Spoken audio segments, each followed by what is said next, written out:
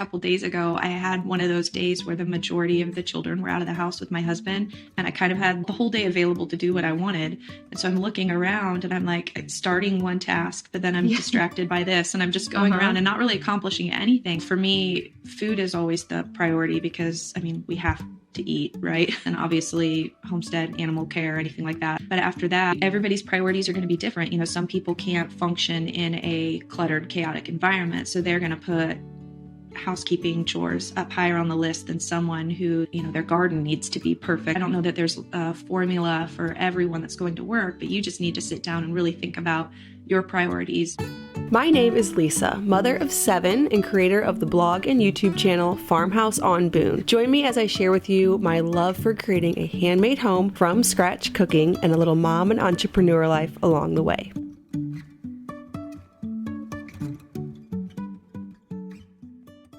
Welcome back to the Simple Farmhouse Life podcast. Today I am having on Jessica from Three Rivers Homestead. She is a homeschooling, homesteading, homemaking mother of 8. So she has a lot of wisdom to share. We're going to be answering questions from the Instagram question box that we put up before each episode. So a lot to do with preserving food and zero waste kitchen, zero waste food, meal planning. And then also we had some questions about pregnancy, birth, baby sleep, all of that stuff that, you know, whenever you're in the thick of it, you just want somebody to come alongside you, tell you it's going to be okay. So let's dive in and chat with Jessica from Three Rivers Homestead. Well, thank you so much, Jessica, for joining me. I had a lot of excitement about this episode. People were like, I cannot wait to hear the two of you talk because I follow both of you. So they're really excited about it. And we have a whole list of questions that people submitted, which I think is really fun. It ranges from cooking and kitchen stuff, pregnancy, birth, babies, raising kids, homeschooling, gardening, homesteading, motherhood, all the kind of stuff that your channel is about. So let's start with introductions. Tell us about you, your family. And then I think you also are currently doing a challenge, and I think you do those throughout the year, right? Like a pantry challenge. And then, so tell us about that too. Okay. So my name's Jessica, and I have a YouTube channel, Three Rivers Homestead, as well as an Instagram page by the same name. And there we just document my family's journey in homesteading and homeschooling.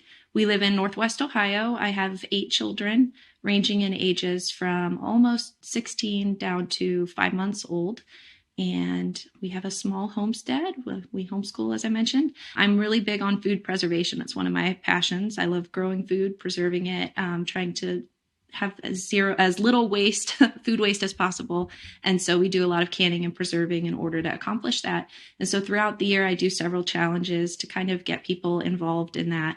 We do pantry challenges typically through the winter, but I had some people ask if I would do it in the summer. So coming up here in the month of June, we'll be doing, we call it the Three Rivers Challenge, both on Instagram and YouTube. And there's a hashtag where you can check previous years' content, people join, and lots of wonderful tips on how to eat out of your pantry and from your preserved stash. And then also in the month of August, we do a food preservation challenge called the Every Bit Counts Challenge, where people purpose to try to just preserve something, no matter how small, every single day, because it's those little things that add up to a nice big full pantry. And so that is what we try to do. So as I mentioned, both of those have hashtags available. You can check out. There's up to 4 or 5 years of content available from lots of people on both of those platforms.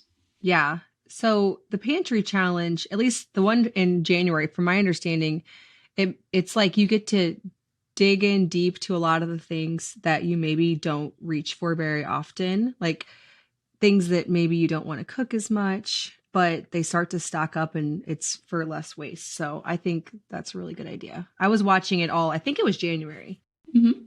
Yeah, it's great because, you do all of this food preservation. You grow all the food, you have the whole cow or whatever that you get in the freezer, and you do all of the work to get that stored up. But then how do you use that? Or you have to be very intentional to use that because, sometimes you get busy with life and you can get in a rut with your cooking and your meal planning, and you forget to shop what's already there. And so it's setting these times aside throughout the year to be very intentional and purposeful in your meal planning use what you have first and then supplement, with things that you get at the store. And it saves us a ton of money. It helps me cycle through the things that I've stocked up on, and it just it benefits in terms of food waste too. Things are better the first year after you preserve them. They're fresher, there's more nutrients available. And so if you don't use it up, over time you could end up tossing the contents of those jars and it goes to waste, or the flavor isn't as, plentiful in it. And so if you're intentional about using it up, you're just getting the best out of the food that you have. You waste less and you save a lot of money. Yeah. That makes sense. So in your kitchen, when you're doing a lot of preserving, are you growing most of this yourself, or are you also sourcing it from farms, or if you get a good deal at the grocery store, how does that look for you?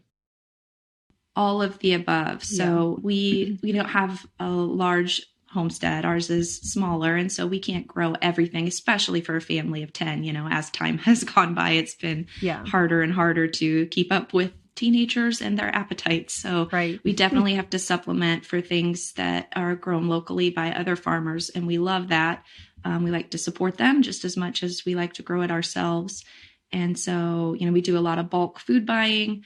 We do a lot of bulk purchasing from local farmers when produce is in season and it's fresh and available at great prices. And we bring it home and we preserve that. We also grow what we can, or forage for what we can on our property, or what's available locally. And so we just do all of that to try to get the best deals and feed a large family as affordably as possible. Yeah. So whenever you pick something up, what are your favorite ways to preserve it? I think it depends on the item. So some things taste better when, they're canned, and some things, turn to mush when they're canned. So you would prefer to, blanch and freeze those items. We have a freeze dryer, and there's some things like herbs that I would prefer to freeze dry because the flavor is better preserved using that method. So it really does depend on the item. I like to have multiple varieties of, even within one item. If you have, let's say, corn, it's nice to can some so that it's shelf stable and just easy to dump out of the jar for a meal. But it's also nice to have some that's freeze dried that you can just, dump into a soup and it can rehydrate. And it's also good to have some on the cob that's frozen for meals in that way. So, you want to get as much of a variety in your food preservation as possible. Yeah. That's true. Yeah, with most things. Have you done the freeze-dried tomatoes yet? Because I'm really excited about that this summer. Yes, I tried them as slices. My goal being to have, sliced tomatoes throughout the winter, and that didn't turn out how I had hoped. So I don't know if it was user error on my end or what, but when I went to rehydrate them, they just kind of like fell apart. But in terms of powdering them, so freeze drying the tomatoes and powdering them up to turn into paste and things like that, that works wonderfully. It's great. So I don't know about the slices. I didn't think about that for paste. Yeah, I like that idea, because for the paste, you probably just reconstitute it with a lot less water, and it's a tomato paste. Yeah, it's great because if you can add more water and turn it into a sauce, or if you just add a little bit, it'll be thicker and be a paste. I hadn't thought of doing it that way. So do you put the tomatoes all in the blender and then pour it into the little trays and then just put it in a mason jar or something? You could do it either way. So you could blend the sauce and freeze dry it that way, or you could slice the tomatoes if you don't, and freeze dry it and then powder it later on. I think you would get more efficient use of the space if you blended it prior to freeze drying it. But yeah. Okay. Yeah, I like that idea. I didn't think of it that way, but that seems like it'd be a lot less storage space. And then I could think of a lot of really easy ways to use that. I'm really trying to think about this summer. We're having our 8th baby. And so we have a lot of tomatoes, but I'm trying to think about how we're going to preserve a lot of the tomatoes without basically any effort at all. That's what we're going for. Oh, I'm with you. I'm with you on that. And that's what a freeze dryer is great for that, because I think out of all of the preservation methods, it probably requires the least amount of work on the front end. The work is in purchasing the freeze dryer that you have to do to get the equipment. But in terms of the actual effort that goes into preserving the food, there's very little that needs to be done. I love that about it. Okay, so we had a lot of questions in the cooking and kitchen category. One is, how do you get the kids involved in the kitchen where they're actually cooking and helping? And at what age does that start that they're, very helpful? I know you have older kids, so I know that they're Yeah. probably quite helpful. But that starts to get them to that point. It starts when they're little. And, kids have a natural curiosity. They don't distinguish between work and play. And so they see mom doing these things in the kitchen and they want to be there doing it. It looks fun, like playtime to them too. And so as soon as they're able to stand there and help, you find ways to involve them. And they just over time, they will pick up on the things that you're doing and they'll increase in their competency and their skills. So I start them as young as 2 and 3, and they can stand next to me and they can stir things and they can help chop things, with help, obviously. And they can do all sorts of things, knead the dough for you. And as they get used to being there by your side, that desire to be there and to help will continue in them. And as they get older and more competent, they take over that stuff for you. And I have one son, he's 15 years, or not 15, he's 14, soon to be 15. And he loves to bake. And that passion for it started when he was probably 5 or 6 years old, just because he stood by mom's side and helped making cookies. And then slowly I could let him do it himself. And he got so many compliments over his cookies that then the desire to get more compliments and make more things grew in him. And now he's a really competent baker. I don't even have to bake if I don't want to. I can just send him in there and he can do it for me. So yeah, you just have to create the culture where kids are given the freedom to explore and, make messes in the kitchen. And it is a lot more work for mom to have to go around and clean up for them in the beginning. But if you put in that work and give them that freedom in the beginning, it will pay for you tenfold in the future because they'll be competent and able to take over tasks for you. That's so nice. Taking a break from this episode to tell you about today's sponsor, Carly Jean. Carly Jean Los Angeles is an LA-based capsule clothing company started by Carly Brannon, a mom of 4, who wanted to simplify the way that women get dressed. The mission is to help women feel beautiful in every season of life. This dress, like many of the others in my collection, is from Carly Jean. I love that they are quality and easy to wear pieces. I don't just wear Carly Jean pieces to church on Sunday or for a date night. I wear them all the time. I wear them with an apron over them in the kitchen. I can wear a lot of them through different seasons of life, like nursing, pregnancy, postpartum, and everything in between. Currently, I'm just choosing dresses that are a little bit higher waisted as I'm 33-ish, whenever this comes out, weeks pregnant. And then I know too that this will also work for the rest of the summer when I have my postpartum body and I'm trying to nurse. I like that they work through all these different seasons of life and they are collected and curated so I can be put together without a lot of effort because I don't have a lot of time to put effort into that these days. All of the CJLA basics are made in the US and you're saving money whenever you have a capsule wardrobe because you're intentionally choosing pieces that you know you will wear on repeat in multiple ways rather than just for one specific occasion, which is what I love so much. And I have my closet just full of these nice curated pieces. Carly Jean is offering Simple Farmhouse Life listeners 20% off the entire site.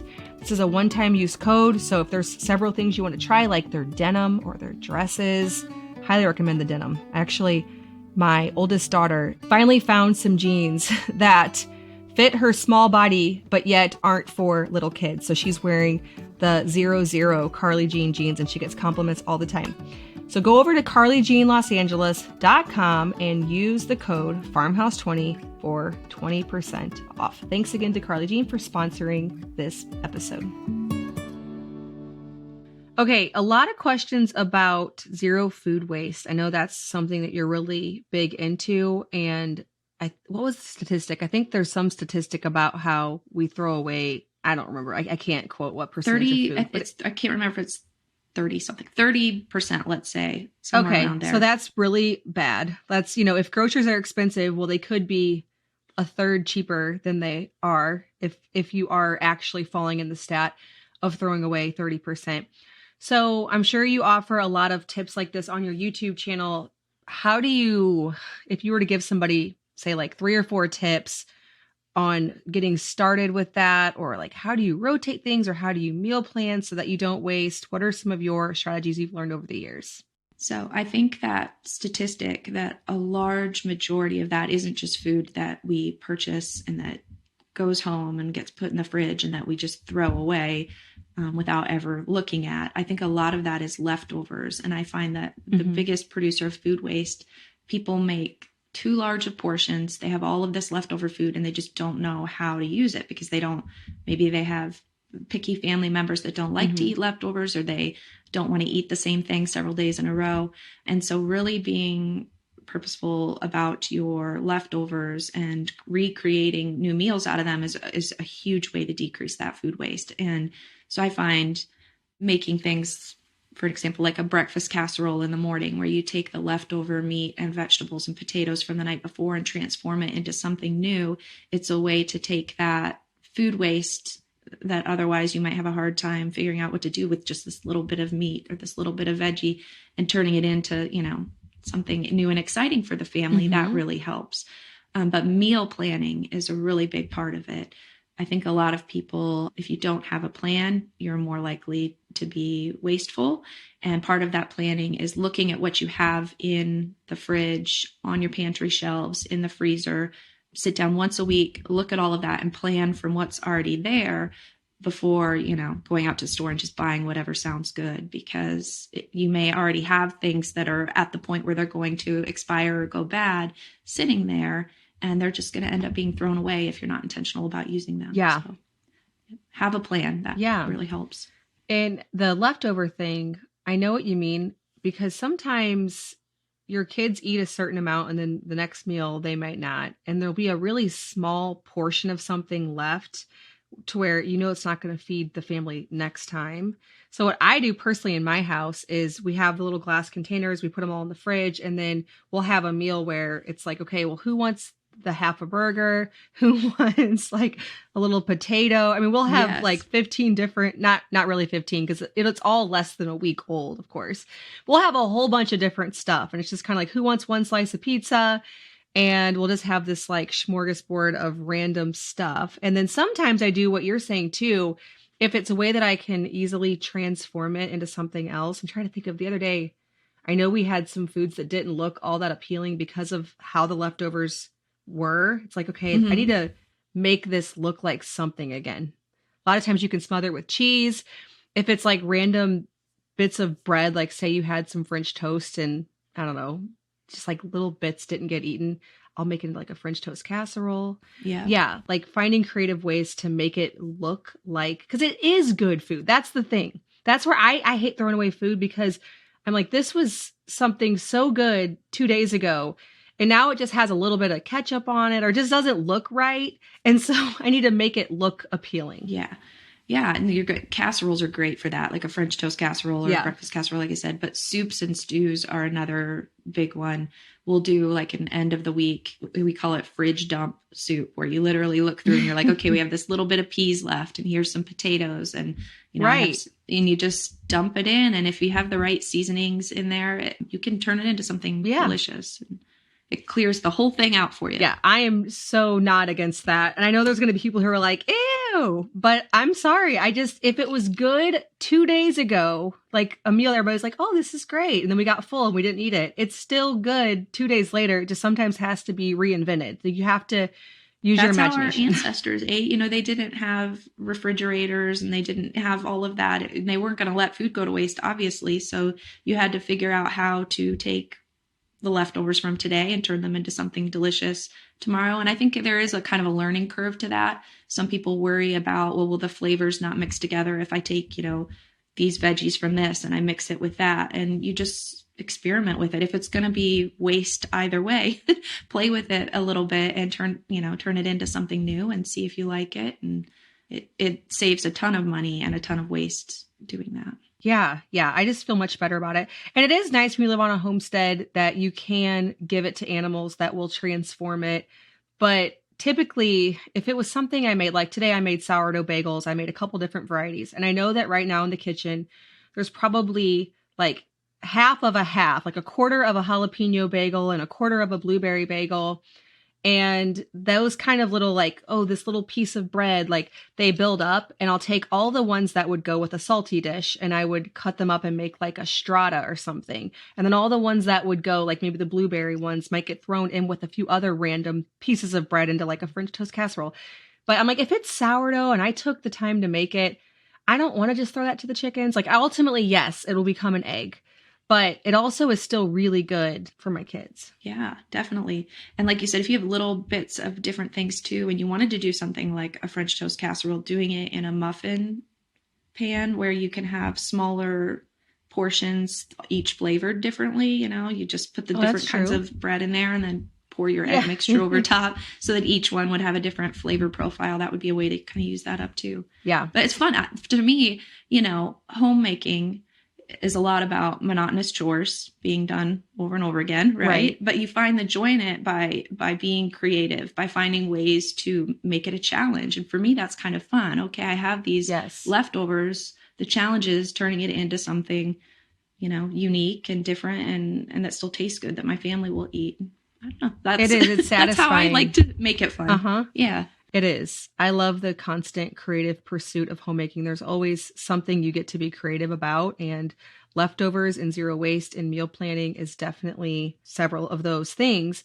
And I think as you've had you've had children for 16, 17 years now, you've probably gotten better at knowing how much to make, what you can make with what you have, that the meal planning process is really easy. It might even just go like just in your head and not even, I don't know if you use like paper or what you do, but I think it requires a lot more effort at first. Definitely. Yeah. And then learning the preferences of your family, portion sizes, knowing how much will be eaten without leaving too much left over. Yeah. But even after all these years of doing it, I'm still very much a paper planner person because I'm a busy mom. There's a million things swirling around my head at any given minute that need to get done. And so anything that I can take out of my head and get out on paper is one less thing I have to think about. And so, yeah, I sit down at the beginning of every week. I detail each meal that we're going to have. We have a plan, even down to, okay, so this is the meal plan for Tuesday. I know that then on Monday night, I need to get this item soaking and need to get the starter fed or whatever and have a checklist there. And it isn't even so much about me. It's also so that one of my older children can look at the list and go help me if I need them to. They know what needs to be done for the meals the next day. So yeah, definitely a planner. That helps a lot. Yeah. Yeah. Actually, the other day I was thinking about, man, I need to do a podcast episode on trying to figure out, this is kind of a side tangent, but when you're in your home and there's about 10 things that you could do, like, okay, I could address that. I have that to do and that to do. And I was thinking, who should I have on? And I'm like, maybe I should just ask you this question. Do you have any tips for, I think it's easier over time. You do figure out how to move through your life without, like, that's a lot easier to do. But at first it's really difficult to figure out which thing do I go to now? Like, does that make sense? How do you prioritize what to work on next? I totally, it's so funny because a couple days ago, I had one of those days where the majority of the children were out of the house with my husband, and I kind of had the whole day available to do what I wanted. And so I'm looking around and I'm like starting one task, but then I'm distracted by this, and I'm just going around and not really accomplishing anything, but it's like this freedom. It's a thing. Yes, yeah, really, like figuring really out is. Where to go and what to do. And it's even harder when you're out of your usual element of all the kids. Definitely. And so for me, food is always the priority because, we have to eat, right? Right. You're not going to get too far ahead on that, probably. Right. And so I tend to prioritize those tasks. And obviously, homestead, animal care, anything like that, obviously is a priority. It needs to be done. But after that, then everybody's priorities are going to be different. Some people can't function in a cluttered, chaotic environment. So they're going to put housekeeping chores up higher on the list than someone who, maybe, their garden needs to be perfect or something like that. They might prioritize weeding. Right. And so I don't know that there's a formula for everyone that's going to work, but you just need to sit down and really think about your priorities. What are the fires that have to be put out or the whole place is going to burn down? Put those at the top of the list and get those done first. And then, the things that you can let slide, put put those down at the bottom of the list. For me, I've always said, Yeah. like, I'm not the world's best housekeeper. Like, that tends to get put down at the bottom of the priority list, because for me, I can function in a more chaotic environment. And Right. Yeah. And so, yeah. Yeah, no, you're definitely right. So maybe it just the answer to that is know for yourself what that is, and maybe even write it down so that whenever you have this moment, you're like, okay, what should I do next? Like, I have 10 minutes and I know I have to do something, but like which thing to choose? And then you end up wasting the entire 10 minutes trying to figure out which thing you should address and what things fit in a 10-minute time slot. I don't know. It was just a revelation to me the other day, because I'm like, I think that's where things go off the rails sometimes.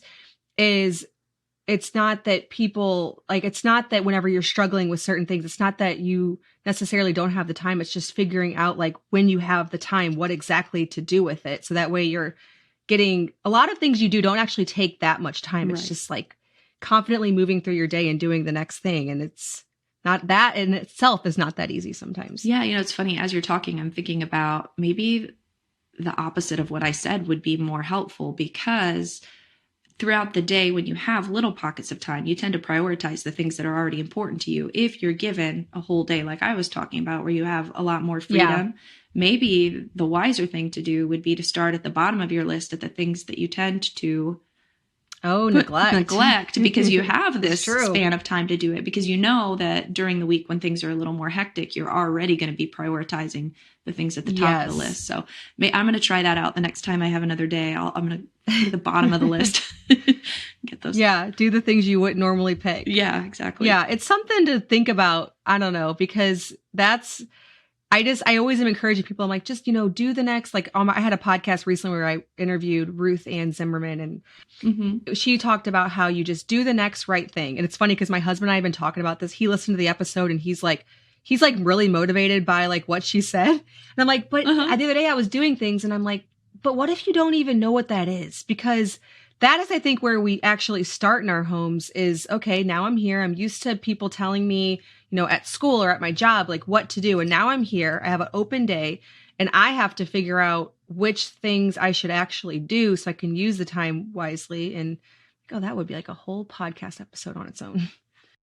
Yeah. And I think, different seasons, we all are going to have 10 things at a given time that are the best thing to do. It's like you're saying, we have, what's the best homeschooling thing that I need to accomplish today? Who needs me the most there? Or what's the best homestead project that really needs my attention? And you're right. So in all these different categories, how do you decide what is the best out of all of these things?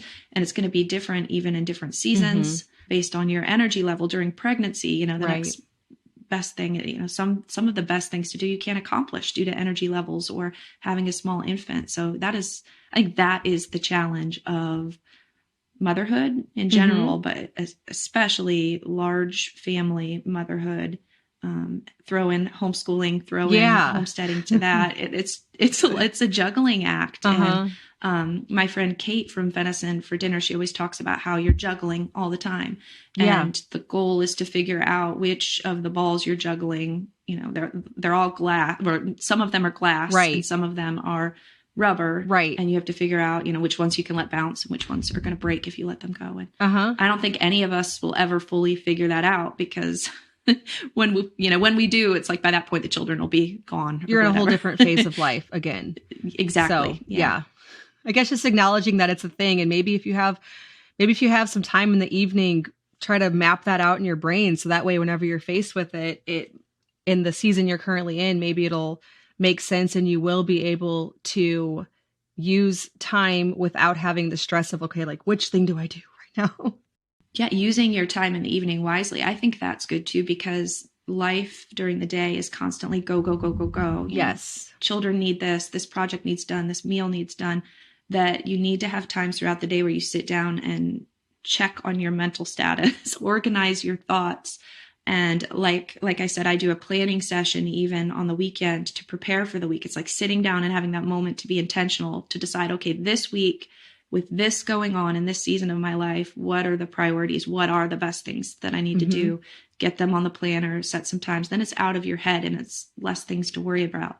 But I like what you said about, sitting down at the end of the day, you need to do that, kind of unwind, mentally prepare yourself for the next day that's coming, or maybe you do it in the morning when you wake up. But the time to figure out what the next best thing to do isn't while you're in the middle of the chaos of the day. It's definitely going to be, quiet moments where the kids aren't making all the noise. And yeah.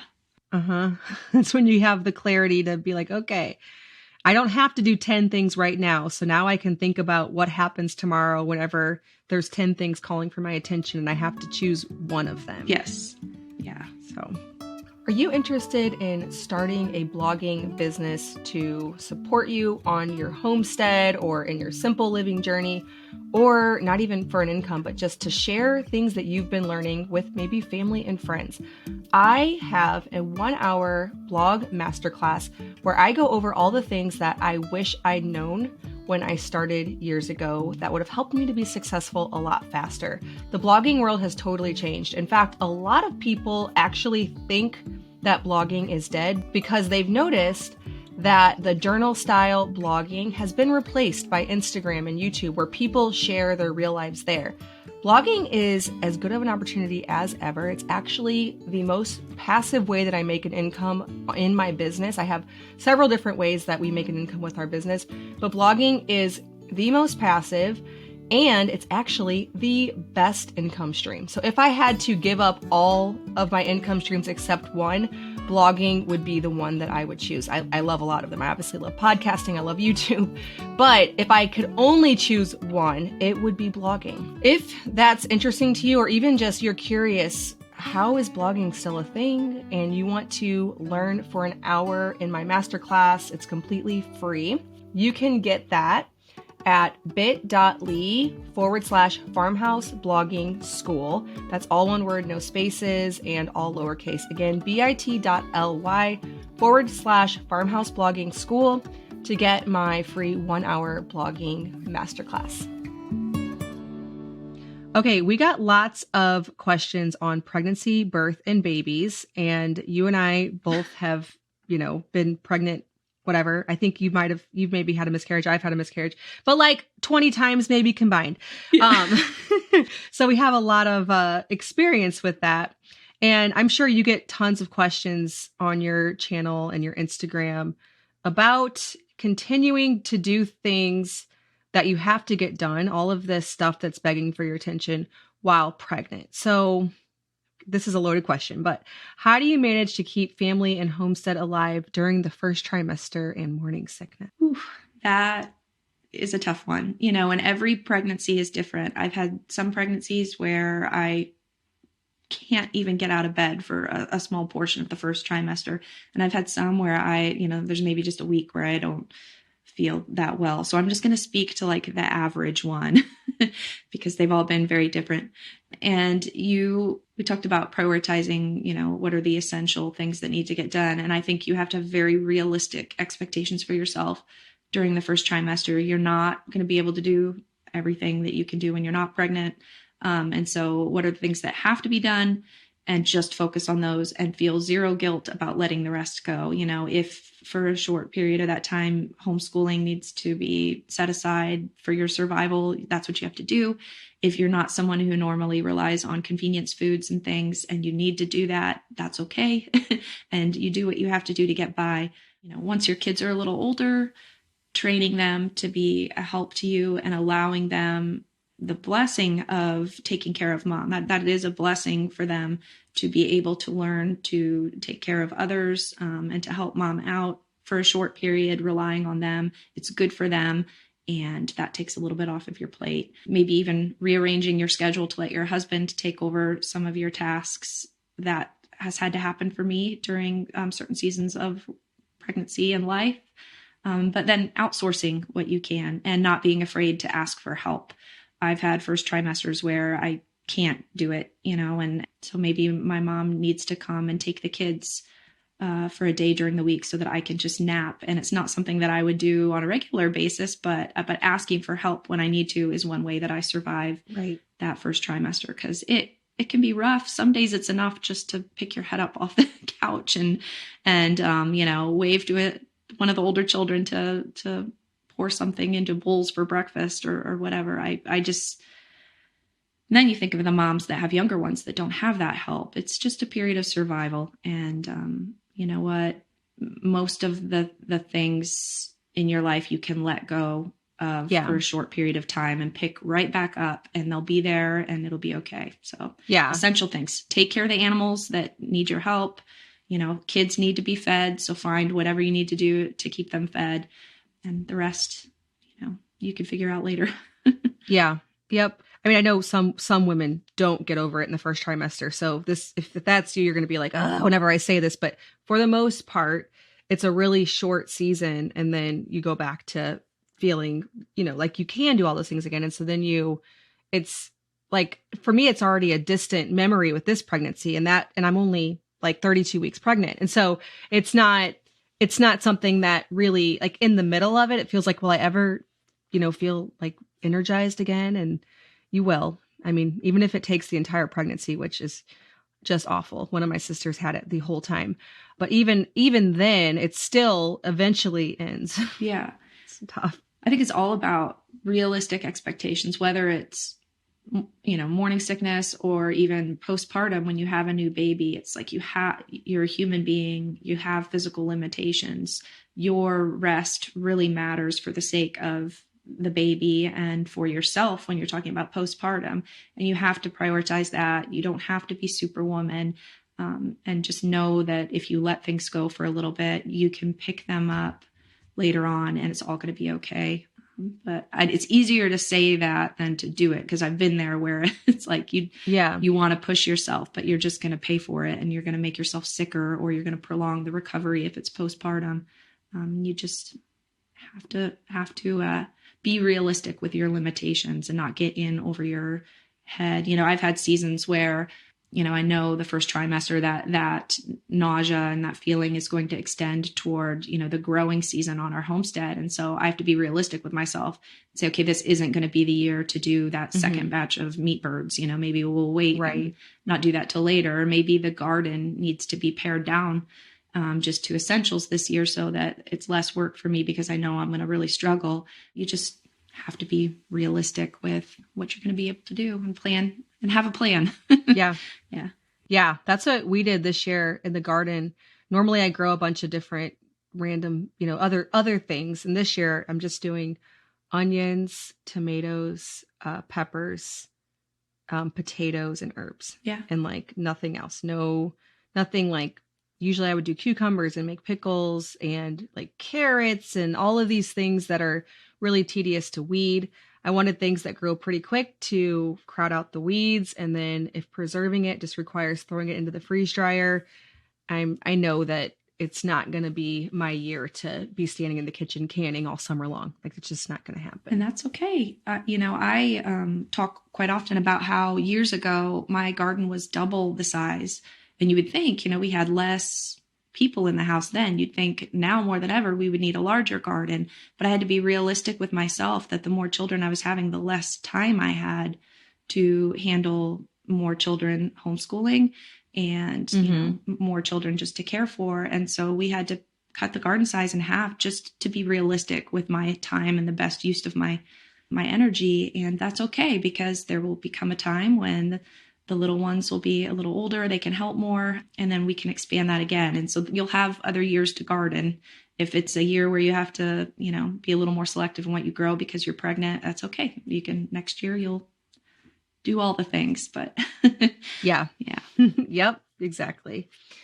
Okay, so this is baby sleep questions I get every time there's ever a question box, right? I mean, whenever you're going through a season where the baby's not sleeping, I know this, that's all you can think about. That's like what is on your mind. And then again, like the first trimester, once it's gone, it's kind of like, oh yeah, I guess that was a problem. You know, like I've had Theodore sleeping through the night now for so many months that I don't even remember this problem, but it is a problem.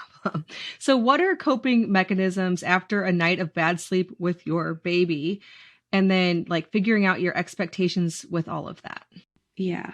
Well, I always tell people I'm probably the last person to ask for good sleep advice, because I've Same. had That's my problem. Here I have 7 kids and I still am like, they do sleep through eventually. I'm really bad with it all. I don't know.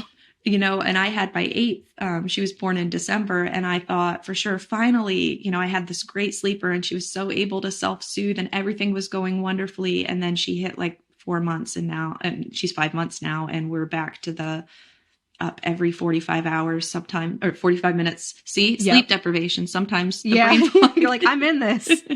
Yeah. So I'm in the thick of it right now. And I just have to remind myself that it's just a season and I've survived it before. I'll survive it this time, but being gentle and realistic with my energy and what I can do right now. And yeah, I have found though that especially with my current baby, for years I've been co-sleeping.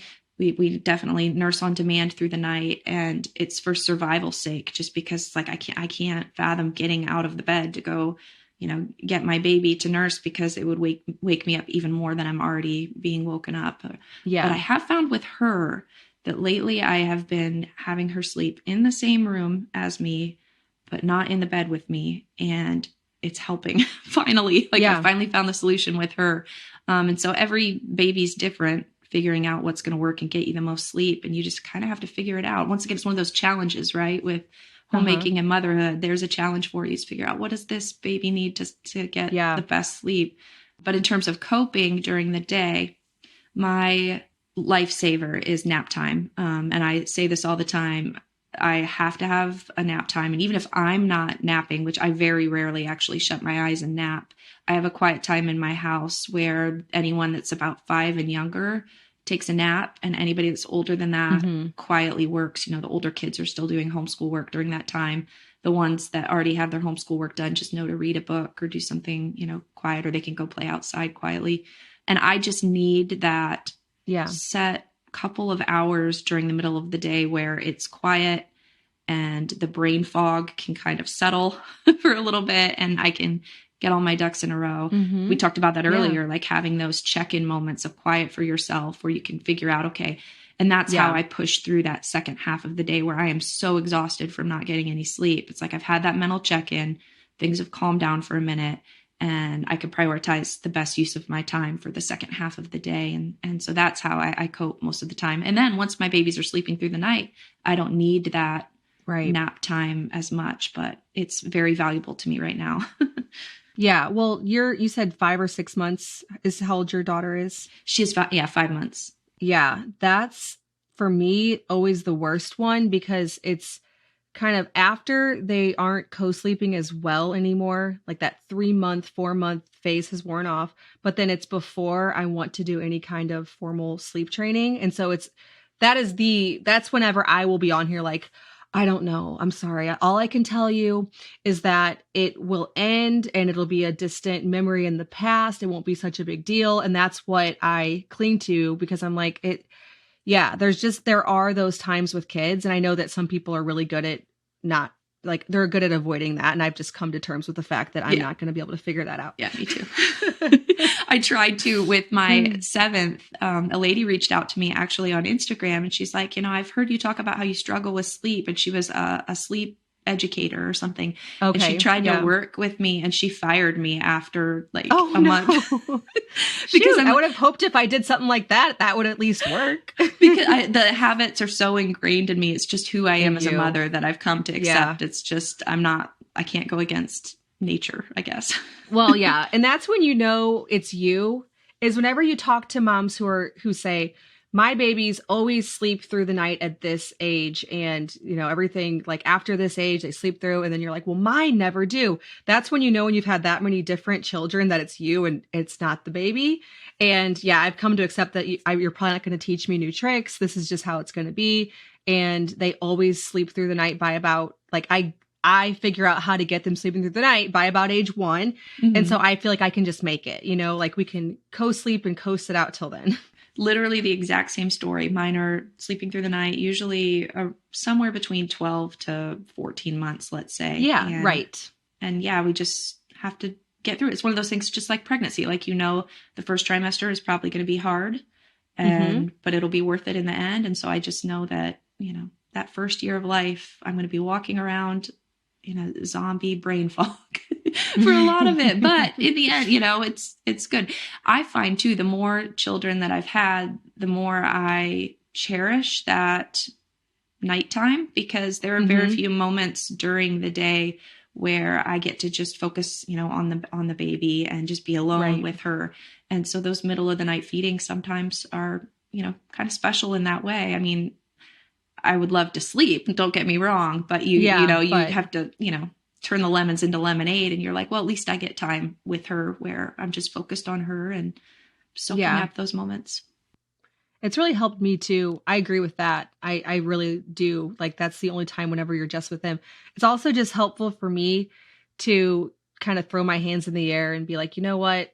I don't even have the mental space to figure out all of these sleep programs and all of I'm just going to, because like that to me too was, I think with my first couple kids, what made that phase so much worse was that I was thinking like there was definitely a way that I could do it differently and make it better. And so it was really stressful. And I was like, well, what should I read? What should I do?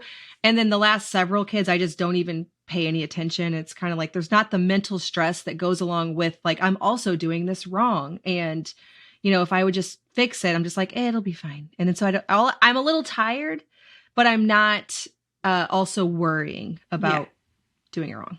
Yeah, I totally agree. It sounds like we probably parent pretty similarly, or mother pretty similarly with our babies. And, everybody's different. Some people need the structure of like a really set nap routine, and it's just not in me. I definitely nurse my babies to sleep and nurse them for comfort. And sometimes they fall asleep, and it just works for us. So yeah. Yeah. I know you're not supposed to let them sleep, like fall asleep while nursing. I'm like, that's my only trick.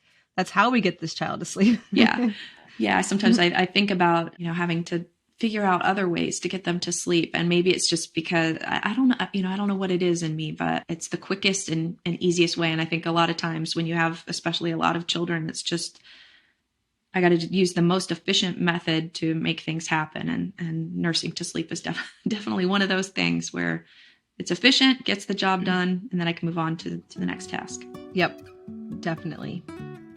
Taking a break from this episode to tell you about a sponsor that I have been loving for, I think, over a year now, and that is Toups & Co. Toups & Co offers skincare products, cosmetics that are made from high quality ingredients like grass-fed tallow. So many quality ingredients, nothing bad, no artificial dyes, preservatives, scents. You can trust that everything you get from them has quality ingredients, but then it's also such high quality stuff. In the past, I have had this issue with makeup where I want to look like I'm wearing makeup. I want to have the coverage on my skin, but then I also don't want any of the chemicals that will absorb into the skin. And so I feel like I have to choose between quality and health. And I finally have some makeup that I absolutely love, and that is from Toups & Co. I've referred all of my friends and my family are constantly asking me, and we're all Toups & Co. customers now. I have their liquid foundation. It is by far my favorite foundation I've ever tried, so I just ordered a new one. I love it. I have their mascara, again, quality, yet actually feel like I'm wearing regular mascara. And then I just now am trying their natural eyeliner, and I've also loved their brow pencil for the longest time. It has this angle on the end, so it makes it really easy, even if you're not a makeup artist, which I am not. And then a brush on one side, so if you need to fill in your eyebrows, it makes it very straightforward. I just this time, for the first time, tried their glow serum. I find that with my skin as I get older, if it's dry, the makeup just cakes on and looks horrible. But if I'm nice and moisturized, my skin looks more youthful. That glow serum is absolutely wonderful. Toups & Co. is offering Simple Farmhouse Life listeners 10% off your order with the code FARMHOUSE. So this is a one-time use code. There are some things that you have been really wanting to try out that are natural yet still really effective and won't make you miss your favorite brands of cosmetics or skincare. Definitely also try the tallow balm. You should definitely try Toups & Co. So head on over to Toups & Co. That's TOUPS and co.com and use the code farmhouse to get 10% off your order and try out some wonderful, beautiful, natural and organic skincare. Okay, I'm trying to decide which of these questions we should address before, because like the amount of questions we have is way beyond the amount of time I'll keep you on here. So one I think that people would find interesting for us to touch on just has to do with our life as YouTubers, because that is something that you and I both do. And someone asks, do you ever struggle with being in the spotlight? Do you ever feel exposed? And I think you and I both curate our content in a similar way. So yeah, like what's your take on that? Well, curate is a good word to, describe what it is that we do, because, I choose the things that I want to share with people. So obviously I don't expose myself. There are parts of my life that are still left private, even though it seems like I'm sharing everything, there are things that are just for me and my family. And so that helps. But, really, I enjoy sharing and being home and homeschooling and homesteading more rurally can be rather isolating. So it's a fun way that I can connect with other people and share things with other people when I don't get that opportunity a lot in my real life. And so I enjoy it. Do I struggle with it? I don't struggle with the sharing. I can sometimes struggle with the response to it, because I'm sure that, you understand that there's always critics out there. And when you're sharing something as personal as motherhood and the way that you're caring for your children, when you get criticism on that, it's really hard to not take that to heart or to, I guess, get defensive. And so there is struggles with that. But other than that, I don't know. I mean, how do you feel about that? Do you? Yeah, I think I've pulled back over the years in sharing certain things, and that has helped a lot. Like you said, there's certain things that I'm not willing to accept criticism and feedback on. Not to say that there's not still things that just existing on the internet with 7 kids and, the things that we do homeschool, that of course, I mean, they don't have to know hardly anything to criticize that. But there are certain things that I'm like, what, I just don't even want to put that out there, because I don't really want to receive any feedback on. And so I've gotten better over the years at making you feel like, you're invited in and I'm showing you things, and that is all true, but without showing everything, like figuring out how to curate the story to leave, some things for our family. And so, yeah. I think the longer you've been sharing it too, you can predict the criticism. Oh, yes. Like I already know what people are going to say. And so you almost find ways to get ahead of it too. And so that makes it a little easier at this point. I've been sharing for long enough on Instagram that a lot of what I share, I feel is repetitive, that I've already shared it before. And so I learned from the first go round, maybe where I went a little too far in sharing and where I should, have better boundaries. And so, yeah. Yeah. You can always tell a new content creator whenever they say certain things and you're like, oh, no, that's not allowed. No. Like, I guess you didn't know that yet. Yeah.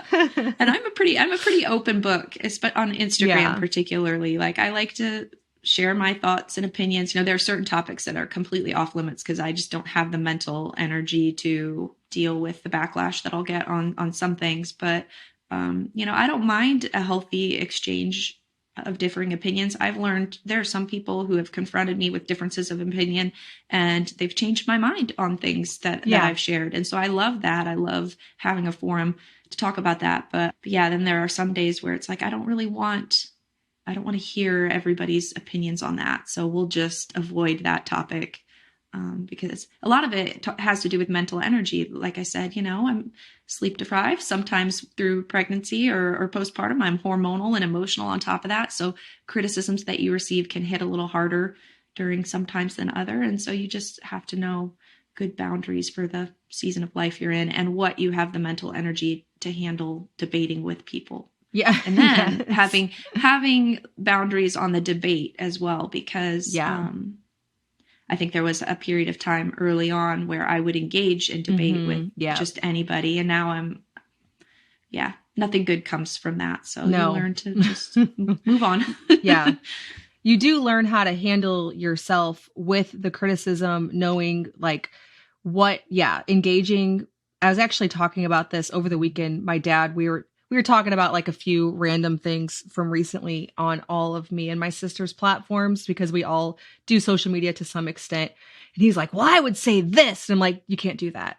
Like, Dad, that's not going to work. Like it'll do literally nothing. It'll make them like show their claws even more. Like that's not how this works. And you have to learn how to navigate that. And then also how to put up boundaries on what you're even willing to read. I mean, sometimes I'm like, you know what? I'm just going to put this out here and you guys have fun with it, but I can't even hang around to see what you're going to say. Yeah, I've talked to some women. I know that they don't even touch their comments or their DMs for that reason, to protect. Like they might have someone filter them for them. Right. And there have been times where I've been tempted to do that, but I haven't gotten there yet. I do ignore though. If I put something out there that I already know is going to draw. Yes. That I'll just step away and give myself some space from the emotion of the topic. And then when I come back more clear headed, then I can read through and filter myself and not get immediately defensive. But yeah, that's a struggle. I don't mind the sharing. It's just, if everybody could just respond kindly, you know, like. Yeah. Or even, share opinions in a kind way.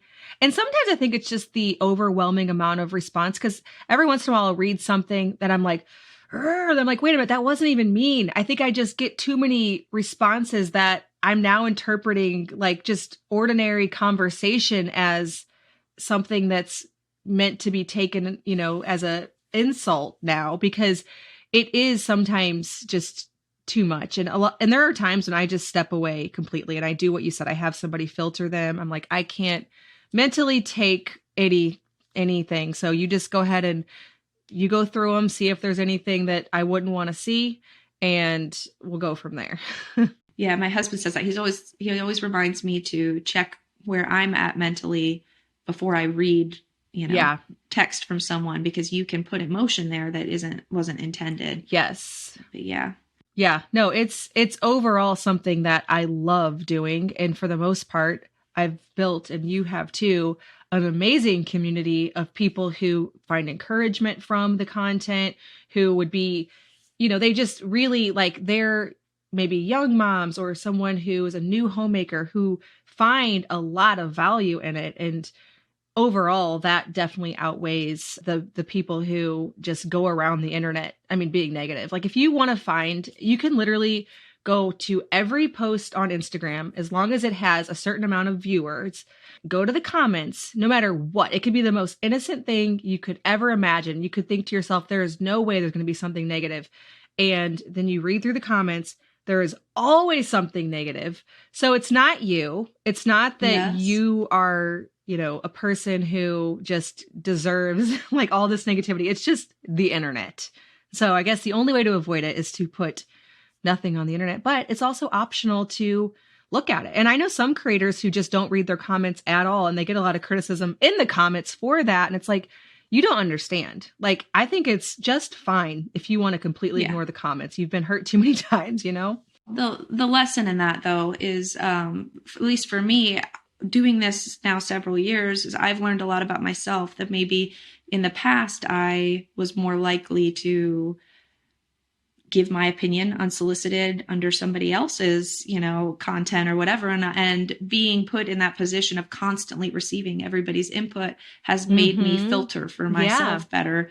Is this necessary for me to even say? Because I already know that this person is receiving, enough comments on what they put out there. Do they really need to hear my voice? And 9 times out of 10, I'll say, no, they don't need to hear, what I have to say about that. But yeah, so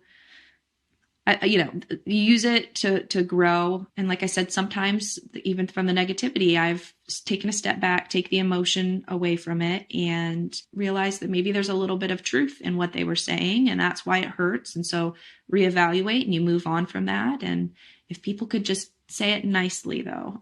And like you said, 99% of people are just beautiful and kind and lovely. And I love interacting with people. And it's been a huge blessing for me and my family. Oh, yes, absolutely. But yeah. guess anything good, like you said, no matter what you put out there, someone is going to be a critic. You can't be everybody's cup of tea, and that's okay. And recognizing that will help make it a little easier. Yeah. Yep. I think all good advice. And I've totally had the same revelation as you, where I'll think, oh, that's, this or that. Like I'll have some kind of opinion and I'm like, I am not saying it. I am not saying it. That is something I have definitely learned. My opinion does not need to always come because it's not about, it's about you feeling like you need to say that. They don't want or need to hear it. And so some things, you just leave it to yourself. You move on, you hit scroll and move on to the next thing. Yeah. Yes. Yeah. All such good advice. All right. Tell the listeners who don't follow you. I have a feeling a lot of people that are Simple Farmhouse Life podcast listeners do already follow you, but for those who don't, where's the best place to follow along? Well, you can find me on YouTube. I put out videos every Sunday, and then starting in the month of June, I'll also be putting out a video on a more specialized topic every Wednesday, so you can find me there. Also, you can find me on Instagram. Instagram is where I share more daily life, a little more of my opinions, like we talked about, a little more in depth and personal things, whereas YouTube is more about tutorials and things that we're doing around the homestead. So yeah, you can find me there. I post pretty regularly in stories on Instagram as well. So Three Rivers Homestead over on Instagram and YouTube. So that's a good follow to be encouraged in homemaking, motherhood, homesteading, homeschooling, all of the home things. A lot of time at home. Yes, all at home. Yep, same here. Yeah. Thank you so much, Jessica, for joining us. Thank you, Lisa. It was a pleasure. All right, well, I hope that you enjoyed this episode. Make sure to go find Jessica over on her YouTube channel. She has so many great videos in the archives and then lots more to come for you to follow along with. As always, thank you so much for listening, and I will see you in the next episode of the Simple Farmhouse Life podcast.